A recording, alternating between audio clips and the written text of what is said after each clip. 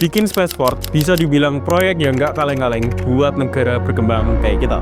Di video sebelumnya, gue udah jelasin latar belakang sama risiko proyek spaceport Tibia. Karena kompleksitas proyek ini, topik ini nggak bisa dibahas sekali jalan. Makanya di beberapa video ke depan, gue bakal bahas spaceport lebih lanjut. Dan video kali ini, gue bakal jadiin sebagai prolognya. Kita mulai dari yang paling simpel dulu. Buat yang belum tahu, spaceport adalah lokasi atau area yang dirancang, dilisensi, dan dilengkapi untuk meluncurkan, menerima baik entry maupun landing, mengintegrasikan, serta dukung operasi pesawat antariksa. Masalahnya, yang sering terjadi di pemahaman orang-orang, spaceport itu dianggap cuma satu bangunan. Jelas ya, spaceport itu sebuah area atau kompleks yang gabungin banyak fasilitas, komponen teknis, operasional, dan logistik, yang semuanya saling terhubung satu sama lain. Jadi bukan satu fasilitas, tapi banyak fasilitas yang bekerja sebagai satu sistem. Oke, contoh, Kennedy Space Center di Florida. Kennedy Space Center itu bukan satu gedung besar, tapi sebuah spaceport raksasa yang terdiri dari banyak fasilitas yang saling terhubung.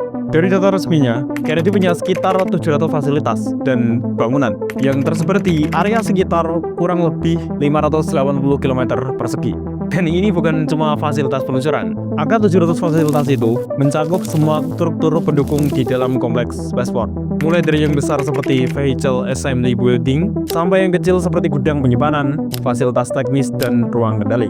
Intinya makin kompleks sebuah spaceport, makin banyak juga infrastruktur terpisah yang harus dibangun dan dioperasikan. Bangun spaceport bisa dibilang proyek yang high risk atau gede resikonya. Dalam literatur industri antariksa, spaceport bahkan sering dikategorikan sebagai high capital, high complexity, long payback infrastruktur. Artinya, proyek yang butuh modal sangat besar, kompleks secara teknis, dan balik modalnya lama. Karena itu, pendanaan jadi salah satu hambatan utama, terutama buat negara berkembang kayak kita. Dari beberapa artikel, investasi awal buat bangun spaceport bisa capai ratusan juta sampai setengah miliar dolar AS atau bahkan lebih, tergantung ukuran dan kompleksitas teknologi yang mau dibangun. Dan biaya itu bukan cuma di awal. Spaceport juga punya biaya operasional yang tinggi, mulai dari tenaga ahli, perawatan fasilitas, upgrade teknologi, sertifikasi dan izin keselamatan, sampai staf teknis yang khusus menangani operasi peluncuran. Ini berarti spaceport butuh komitmen modal besar dan jangka yang panjang. Karena skala dan resikonya besar, pendanaan spaceport biasanya nggak bisa datang dari satu sumber aja. Umumnya, lewat kombinasi beberapa skema. Pertama, anggaran pemerintah besar sebagai bagian dari program antariksa nasional. Kedua, investasi swasta langsung, baik dari venture capital maupun korporasi aerospace. Ketiga, kemitraan publik swasta atau public-private partnership. Dan keempat, skema investasi asing selama secara hukum dimungkinkan. Dalam konteks Indonesia, beberapa opsi ini yang kelihatannya mulai dipertimbangkan, termasuk kerjasama dengan pihak asing seperti Rusia atau China. Lalu pertanyaannya, kalau risikonya setinggi ini, kenapa masih ada negara yang tetap membangun spaceport? Seperti yang udah gue bahas sebelumnya, karena nilai spaceport nggak cuma finansial. Ada kedaulatan teknologi, kepentingan keamanan nasional, akses independen ke orbit, efek turunan ekonomi dari SDM, industri, sampai riset, dan juga posisi strategis secara geopolitik.